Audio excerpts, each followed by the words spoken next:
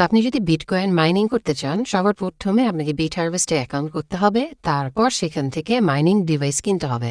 তো সবকিছুই দেখাবো, এর জন্য চলে যাব। আপনি এখন যে ভিডিওটা দেখছেন, এই ভিডিও অথবা বিটহারভেস্টের যে কোনো ভিডিওর নিচে দেখতে পারবেন এরকম একটা লিঙ্ক আছে।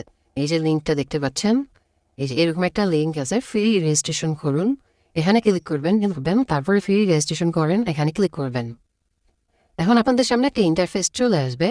এখানে দিতে হবে আপনার ইউজার নেম, এরপরে দিবেন আপনার লাস্ট নেম। এই মাস্ট বি এখানে লাস্ট নেমটা আগে দিতে হবে, আপনারা বলে ফার্স্ট নেম দিয়ে দিন না। তারপর আপনার ফার্স্ট নেম দিতে হবে, দেন এমডি প্রিন্স।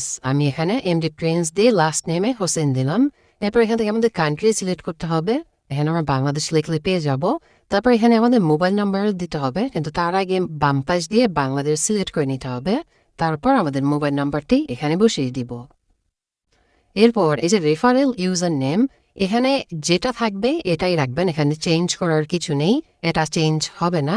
আর চেঞ্জ করলে আপনার অ্যাকাউন্ট তৈরি হবে না। দেন এখানে যেটা এখানে আছে সেটাই থাকবে। এরপর চলে আসবেন পাসওয়ার্ডের জায়গায়, এবং পাসওয়ার্ড আপনার নিজের মতো করে দিয়ে নেবেন। কিন্তু চেষ্টা করবেন পাসওয়ার্ডে যাতে একটা বড় হাতের অক্ষর, একটা ছোট হাতের অক্ষর, একটা 1 2 3, একটা সিম্বল এরকম কিছু থাকে, তাহলে পাসওয়ার্ডটা অনেক স্ট্রং হয়।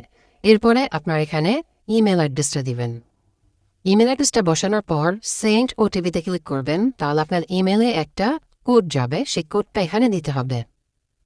কোড চলে এসেছে, এই কোডটা আমরা বসিয়ে দিব 300-652।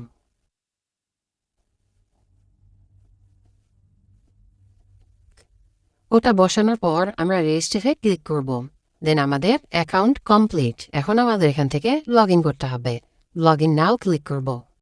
এরপরে ইউজার নেম আর পাসওয়ার্ড দিয়ে এখানে যে ক্যাপচার লেখা আছে, এখানে যে লেখাগুলো থাকবে এটা আমরা নিচে সুন্দর করে লিখে দিব। তারপর আমরা লগ ইনে ক্লিক করব। দেখেন অ্যাকাউন্ট খোলা হয়ে গেছে। আর এখানে সবার প্রথমেই কোম্পানির আপডেটের কিছু নোটিফিকেশন দিচ্ছে, আমরা কেটে দিব। এবার এই চোখের মতো যে জায়গা আছে এখানে দিলে আমরা ক্লিক করলে আমাদের ডলার হাইড হয়ে যাবে, আবার ওপেন হয়ে যাবে। তো এইটা হচ্ছে আমার ইউজার নেম, আর এটা হচ্ছে আমার ব্যালেন্স যেটা 0 আছে। এবার আসেন, এখান থেকে দেখতে পারবেন আপনি আপনার মাইনিং ডিভাইস কিনছেন নাকি কিনেন না। যদি কিনেন এখানে অ্যাক্টিভ 1 থাকবে। আপনার মাইনিং মেশিনে যদি কোনো সমস্যা হয় অথবা ওইটা অফিস থেকে খুলে রাখে, তাহলে এখানে ইনএক্টিভ লেখা থাকবে। এবং আপনি যখন প্রথমত কিনবেন তখন ডিসেবল থাকবে, ওটা 24 ঘন্টার মধ্যে অ্যাক্টিভ হবে। কারণ আপনি যখন এই ডিভাইসটা কিনবেন কোম্পানি থেকে, যখন পেমেন্ট করবেন তাদের এই ডিভাইসটার জন্য, তখন তারা কী করবে, আপনার নামে একটা ডিভাইস তারা চুজ করবে।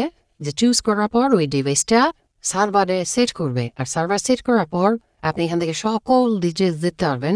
আপনার ডিভাইসের নাম্বার কি, কত সাতশি আপনার ইনকাম হচ্ছে পার সেকেন্ডে, সব কিছু।